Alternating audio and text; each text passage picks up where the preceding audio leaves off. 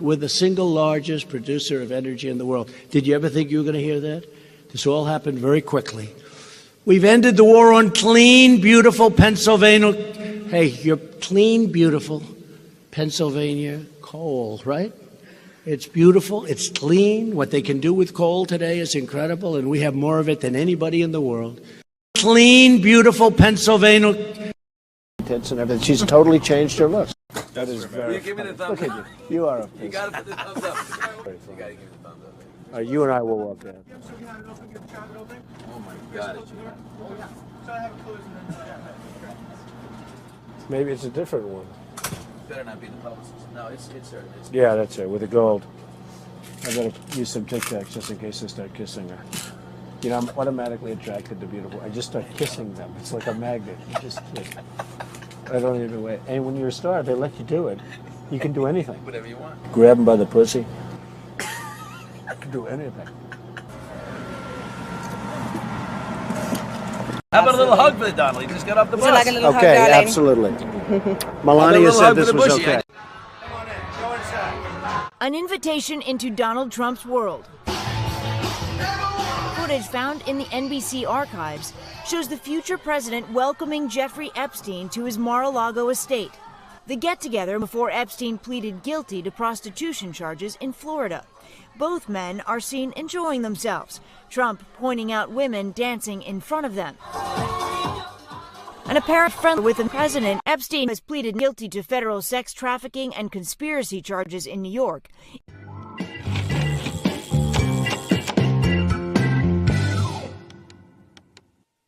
So Donald Trump's flirtations with illegality when it comes to his sexual exploits continue in this edition of Loser Donald.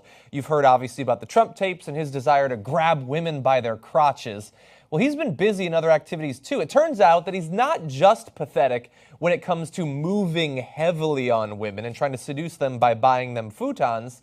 Even when he just wants to see something titillating, he goes about it in an incredibly creepy way. So this was revealed earlier this year. Bridget Sullivan, a former Miss New Hampshire, told BuzzFeed last spring that Trump would walk through the dressing rooms of the Miss USA pageant that he was running to stare at the naked contestants. The campaign at the time denied the allegations strongly.